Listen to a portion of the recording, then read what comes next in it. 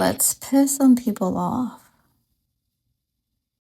Hello, everyone, and welcome back to I Am Spice podcast. If you're new here, welcome, and if you've been here for a while, thank you so much for being part of this space. I'm just gonna say a quick note. If we get started, and if you notice that I sound a little stuffy or like I'm catching my breath here and there, I'm a little under the weather today. I'm not sure yet if it's just the back and forth travel to Puerto Rico and the weather change or if I'm starting to catch a cold, but I still wanted to show up and record this episode despite the way I'm feeling right now. So if you hear me sniffle a little, that's why. But we're cool. Now, before we dive in, make sure you subscribe, hit that bell button so you don't miss future episodes. I am very pleased and I'm very happy with the response I've gotten lately, especially with the episodes in Spanish.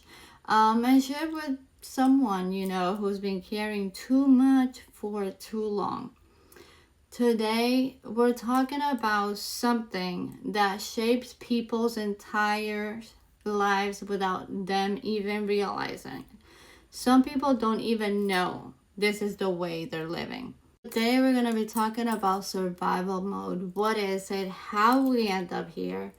Why it becomes our identity? Why healing feels lonely? And who are you when survival is no longer running the show? This episode is deep, it's honest, and it might make you uncomfortable a little. Not because something is wrong with you, but because it might finally put words to something you've been living all along. So take a breath, let's talk, and listen up. Let's see what we have to unravel here. Listen, you didn't lose yourself. Survival became your personality. In case you were wondering, no one tells you that survival mode doesn't just exhaust you. It slowly replaces you. It replaces who you really are. And one day, life finally gets quiet. Then the chaos slows down. The emergencies stop stacking. And instead of feeling peace, haven't you noticed that you feel lost? Not because something is wrong with you. You feel lost because survival has been driving for so long. You don't remember why you are the way you are or who you are without it. For a long time, your life wasn't built around desire. It wasn't built around joy. It wasn't built around a choice. It was built around necessity, around responsibility, around wanting to be done and how fast. And when that finally stops, the silence can feel a little bit unsettling. I can relate, totally. So, some people, how do you wonder and question themselves, how do you end up in survival mode? And there's a lot of examples for this. For example, survival mode doesn't start because someone is weak. It starts because someone had to adapt to everything they had to go through. Most people don't wake up one day and decide to live in constant fight or flight. Nobody decides to live like that. This is a learned behavior. It's conditioned. It's a response to an environment that didn't feel safe. That's why we go into survival mode. And also, for many people, it also starts in childhood. Believe it or not, growing up in a home where emotions weren't safe, where you were not supposed to express how you feel, where crying was totally ignored, dismissed, or punished, where love felt conditional, where you learned to read the room before you even spoke. That's how it felt. And maybe you learned early not to need too much from people because you were punished every time you said anything that you needed. Maybe you became mature for your age because there was no space to be a child. Maybe you were praised for being strong instead of supported for being human. That is something that usually happens while growing up.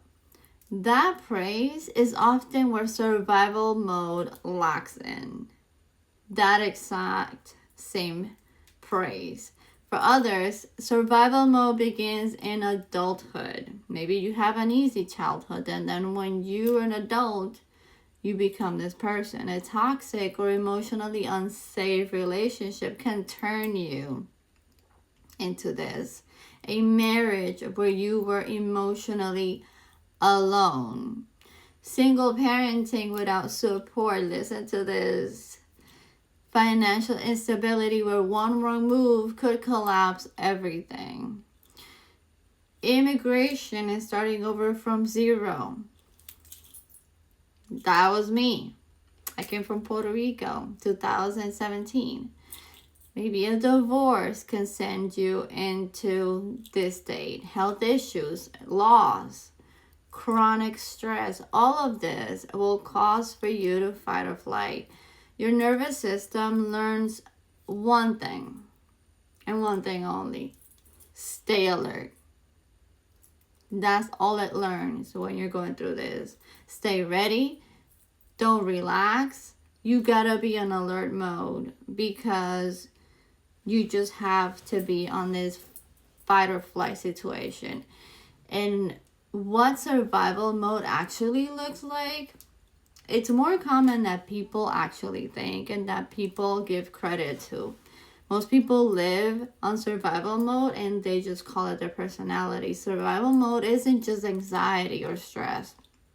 It's living like something bad could happen at any moment. It's like you can't relax because you're just waiting for that worst thing that is always going to happen. You're always planning, always anticipating, always preparing for impact. That is living on survival. You don't rest. You're crashing constantly. You don't feel. You literally just function. You don't ask. You figure it out. And on the outside, you might look calm. You might look successful. You might even look confident to other people. But what people don't realize is that inside your body never fully shuts off. You're always like, your gears are always turning. Your jaw stays tight. Your shoulders stay raised, like you're like locked in. Your mind never truly quiets. I have a mind quite like that, but it's for the creator part. And over time, survival mode stops being something you're in and starts becoming who you are. And that is so sad because I will show you right now and I will tell you real life examples of survival modes that we don't often realize that we are going through or living through, and we just call it our life or call it that's just who we are. For example, a woman in survival mode often looks like she has it all together. She's hyper independent, she overfunctions, she anticipates everyone's needs, she carries emotional labor without recognition. She is the one holding everything together. And no one's asking who is holding her. She thinks she is just doing what she's supposed to do, but she doesn't realize she's in survival mode. A man in survival mode often looks emotionally shut down. He provides, he works, he distracts himself, he avoids vulnerability because he doesn't have time for that.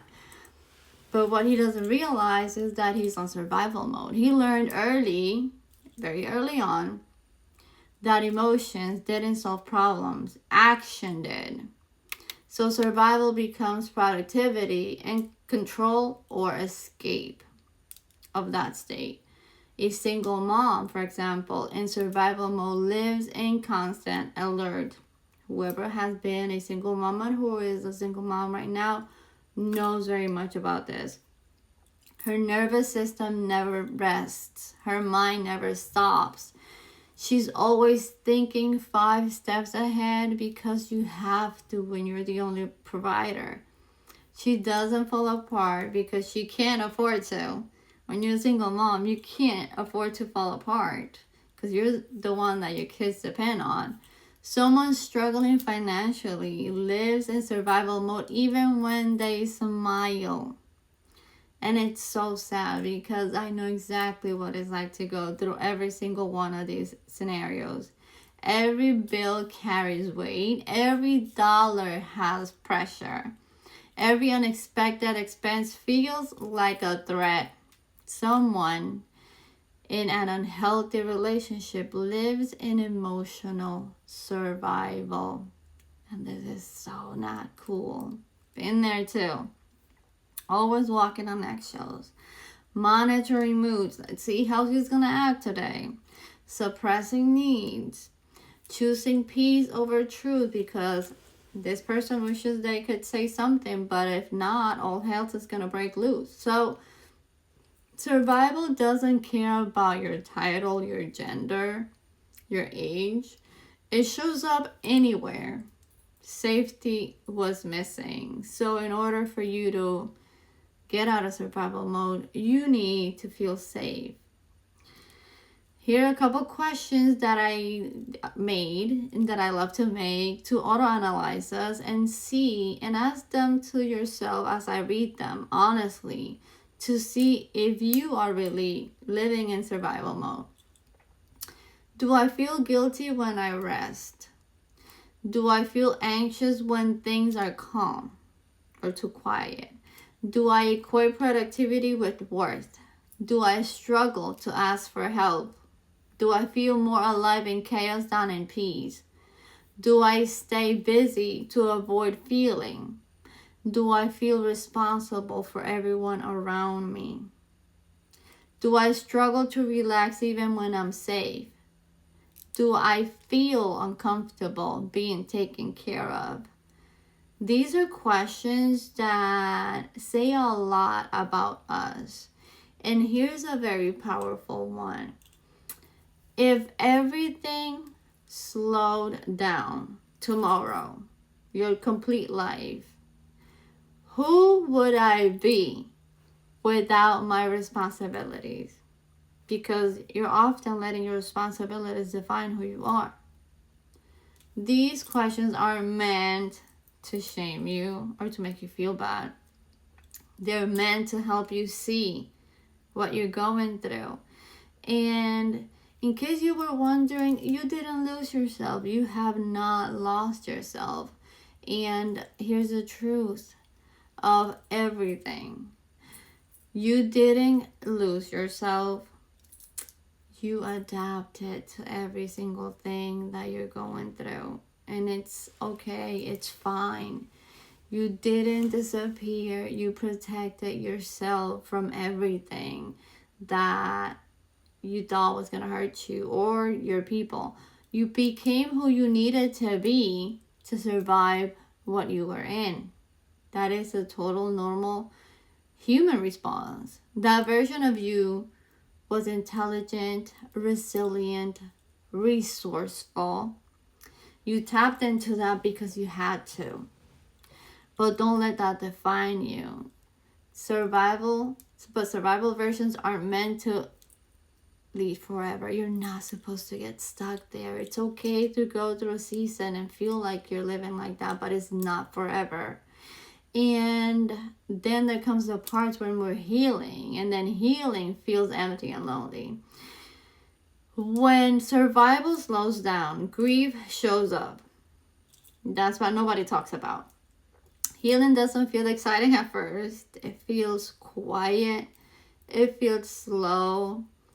It feels unfamiliar. You start asking yourself, because then you start feeling lonely because your life is slowing down, you're feeling peace, but then other people are still in chaos. You start asking yourself, if I'm not fighting, then who am I? If I'm not fixing everything, what's my role? Because you used to be a fixer-upper. If I am not needed, do I even matter? Your nervous system is exhaling for the first time and taking a deep breath. And that exhale feels scary when chaos was your normal life every day. Healing also feels lonely because you start changing, and you change, and your priorities change, your boundaries change, your reactions change, your tolerance for dysfunction disappears, and that makes people extremely, extremely uncomfortable. Also, not everyone can follow you there because they're not ready, because their lives are still chaotic. And that's when we start outgrowing people, and it hurts. And why it hurts? I'll tell you why. Because I'm not saying that I have the most peaceful life, but I know what it's like to outgrow people and how much it hurts to have to let them go. People only knew your survival version. The ones that know that often don't recognize your healed side. So they miss the version of you that overgave. They stayed quiet. That part of you that stayed quiet, that held everything together. When you stop surviving, some people feel uncomfortable because they're used to the chaotic you. It's not because you're wrong, but because you're no longer available to play the same role. And there's a lot of people that get used to that part of yourself and feel uncomfortable getting used to the healed version of you. So that's why growth creates distance. And yes, that hurts. It does hurt. But anyone who requires you to stay the same, and please listen to this, is asking you to abandon yourself for their own comfort. And you can't do that. So if anyone is asking that of you, do learn to recognize that that's not love. Now, you might question who you are without survival mode. If you get to experience it, and I hope you do, without survival mode, you move slower. You feel deeper. You rest without explaining. You don't feel like you have to explain people while were you taking a nap because you felt bad, period. Like, you need a nap.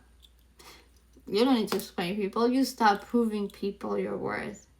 You don't confuse chaos with passion anymore. You don't confuse struggle with purpose. And you begin living instead of bracing. And that transition from chaos and survival to healing takes time. Be gentle with yourself. Please give yourself grace. If this episode resonated, here's what I want you to do. After this episode, sit quietly. No distractions, and ask yourself just one honest question to see where it leads you. Who am I becoming now that I don't have to fight anymore? That's a huge and powerful question. If this episode helped you, please subscribe to the podcast. Share with someone who needs it. Someone who needs permission to rest. And if you feel called, leave a review because your voice helps this message reach other people. Thank you so much for watching me. Thank you for giving me part of your time. Healing isn't becoming someone new. And it's okay. Some days are going to be peaceful. Some days are going to be chaotic. But just learn to lean into that soft life. Healing is remembering who you were before survival became your personality. Do not let survival define you. because you're allowed to rest now. Thank you so much for your time. Until the next one, guys. Love you bunches. And remember, we're unfiltered, unapologetic, and unstoppable. That's that.